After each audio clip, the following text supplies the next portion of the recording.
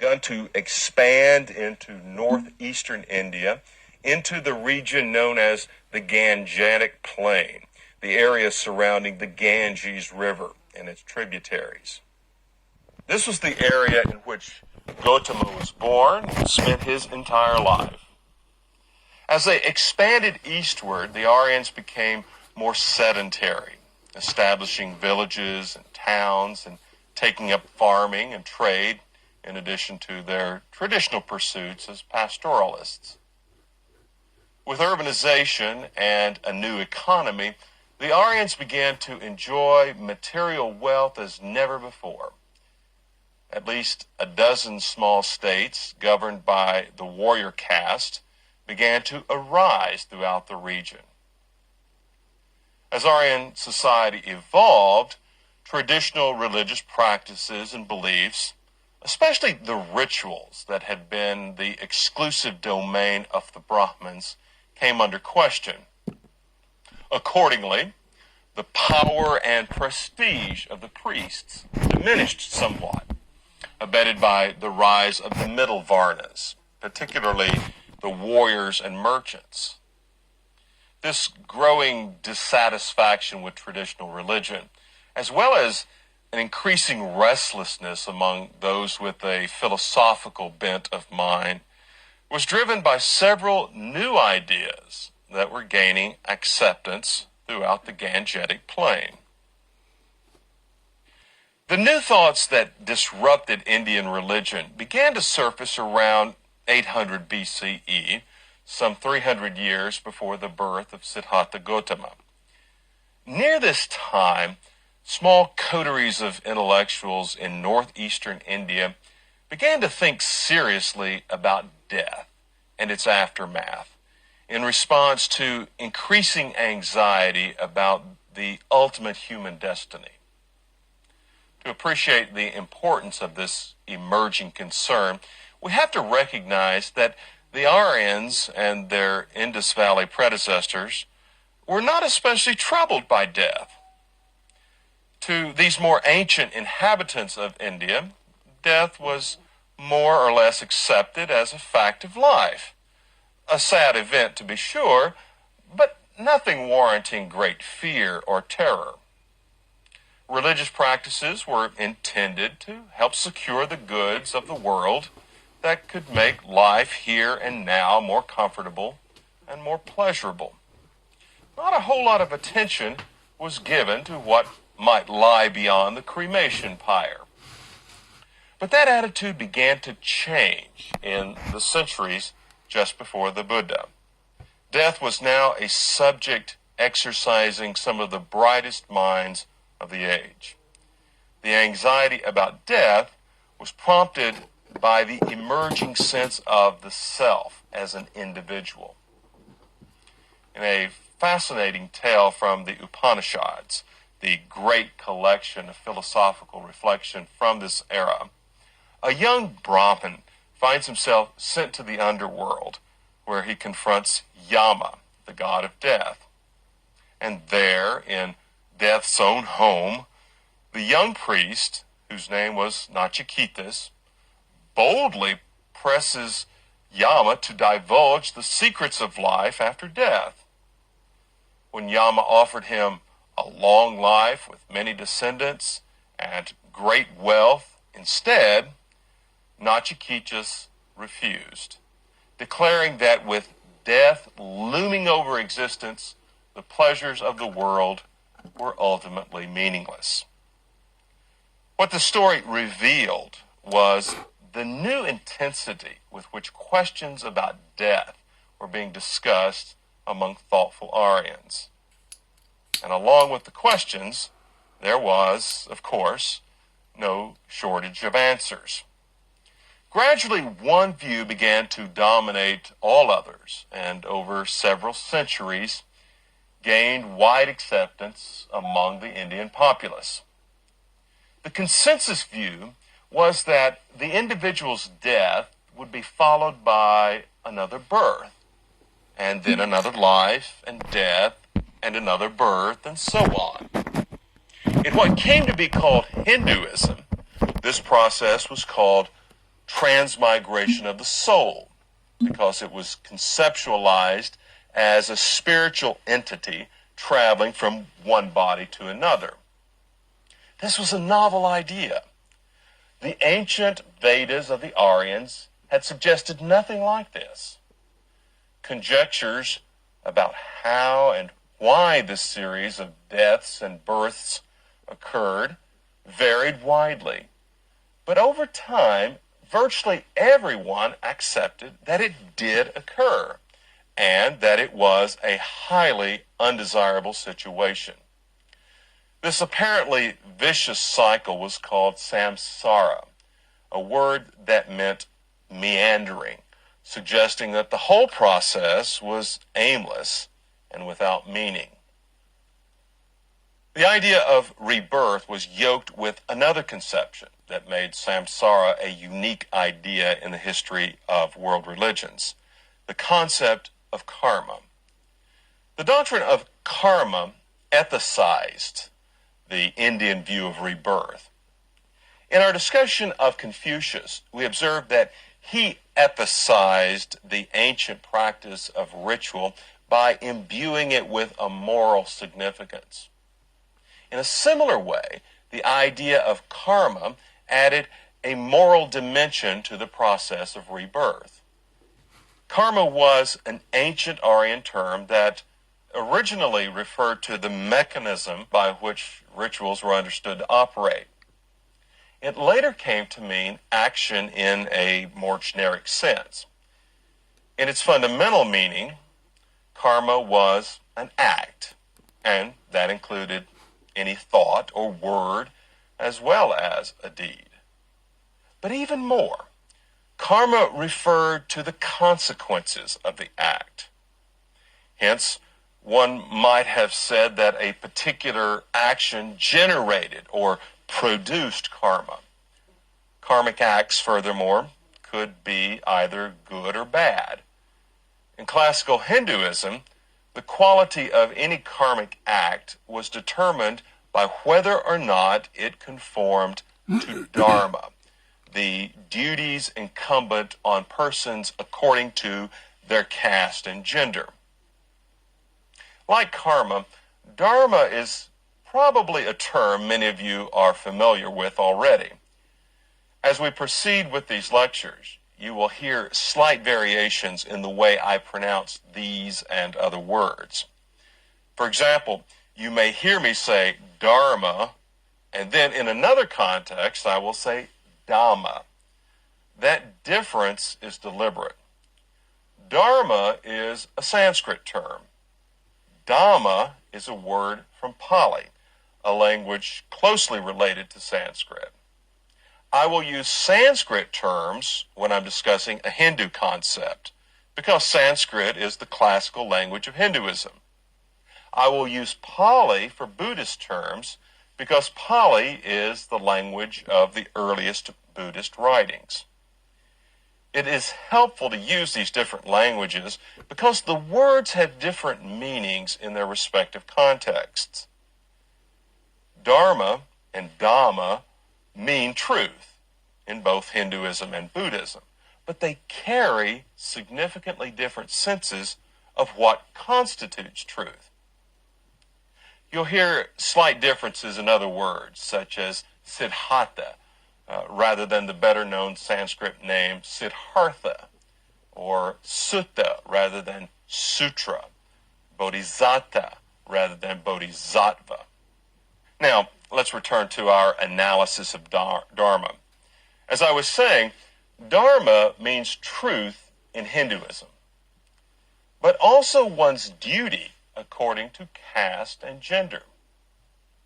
In this respect, Dharma differs from Buddhism, which did not acknowledge caste and gender differences in its conception of truth. Hinduism did not embrace a universal ethic for all people at all times, but thought that moral obligations were different for different kinds of people at different times. It was the moral responsibility of members of the warrior caste to protect and defend their country, and it was the moral duty of priests to sacrifice on behalf of others. Fulfilling one's dharma was the way to produce positive karma. Neglecting or violating dharma resulted in negative karma. The Buddha accepted the principle of karma, but he rejected the idea that its moral quality was contingent on one's caste and gender duties. The Buddha, however, did agree with the classical Hindu view on one very important point, that the consequences of karmic acts eventually return to the agent. Simply stated, the one who acts will reap the good consequences of a good action and the negative consequences of a negative action. The return or ripening of karma might not happen immediately. It might take a very long time for the consequences of an action to come back to the agent, but its return was inevitable. The good or bad events that occurred could be regarded as the result of the individual's actions performed in the past. One's so-called good or bad luck was not luck at all, but simply the ripening of past karmas. The doctrine of karma meant that the events of one's life were not predetermined by fate or a god. For better or worse, human beings determined their own destinies. As the novelist George Eliot put it, our deeds still travel with us from afar, and what we have been makes us what we are. The doctrine of karma significantly altered the conception of rebirth. Since it is not evident that one always reaps the consequences of one's actions in this life, after all, the wicked often prosper, while the good often suffer. Ancient Indian thought extended the possibilities for karma's return into future lives. One's karma could come to fruition at rebirth and in the next life. Thus, the performance of good karmic acts conditioned a favorable rebirth. Evil karmic acts, by the same token, led to an unfavorable rebirth. Obviously, the expressions favorable and unfavorable imply a standard for making these value judgments. A favorable rebirth was one that raised one's place on the hierarchy of being. An unfavorable rebirth lowered one's status. This hierarchy of being ranged from the divine realm of the gods to the human stratum with its own ranking system based on caste, down to the animal, plant, and mineral levels. Potentially, one might be reborn at any place on this hierarchy, but always it was self-generated karma that governed the process and dictated where one was reborn.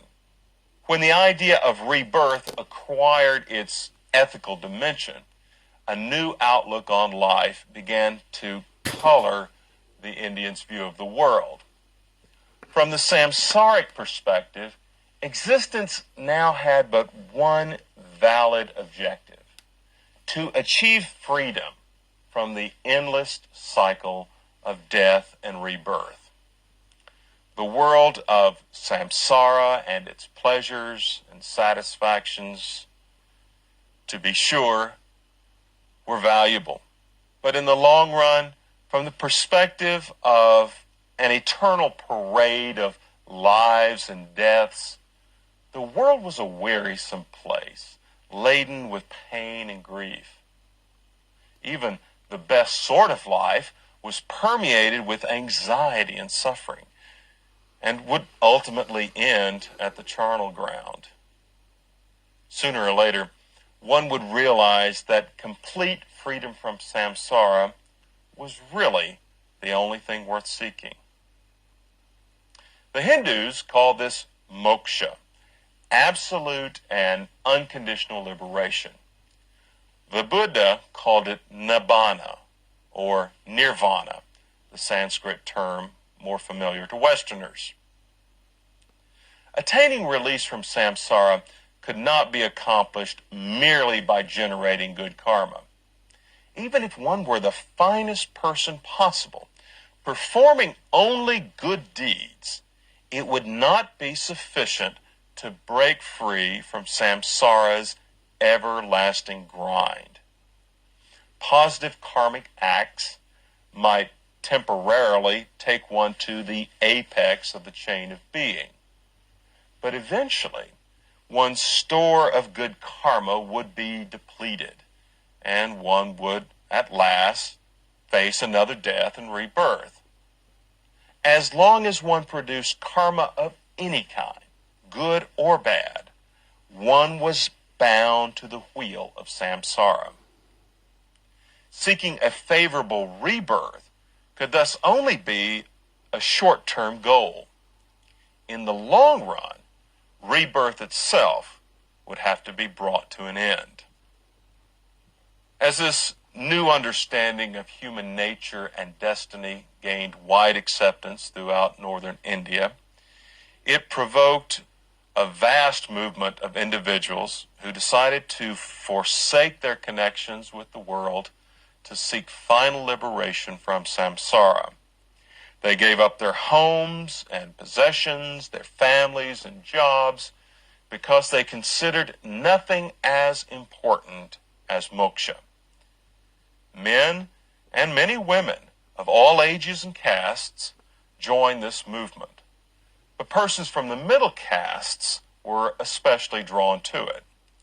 They were called samanas, or strivers, to indicate their dedication to practicing religious austerities in pursuit of emancipation from rebirth. The samanas were a common sight in the emerging villages and towns of the Gangetic Plain, and ordinary people often sought their advice and teachings. These samanas often experimented with an immense array of disciplines and doctrines to seek a way to their goal. Many wandered about northern India searching out new teachers and new spiritual techniques. Some isolated themselves in caves or deep within the forest, and they all lived in self-imposed poverty, frequently owning only a bowl for begging food. Some had even renounced clothing. Although the individuals in this movement varied greatly in their chosen paths and disciplines, they were united by a single ambition: to find relief from the anguish of samsara. They were so dedicated to this cause that they were willing to give up the pleasures and comforts of the world to achieve it. And even more, they believed renouncing the world was essential to that purpose. Some of these ascetics declared that they had indeed discovered the path leading away from samsara. Although we have no record of many teachings, we know a considerable amount about a few of them. The most prominent among the early teachings was offered by the Upanishads, that wonderful anthology from this age in Indian history, which later became one of the sacred scriptures of Hinduism. A brief exploration of this perspective will be helpful as we turn to examine the teachings of the Buddha. Because of the prominence of the Upanishadic philosophy, many of the Buddha's teachings were developed in direct response to this perspective. The Upanishads was a fairly diverse collection of philosophical treatises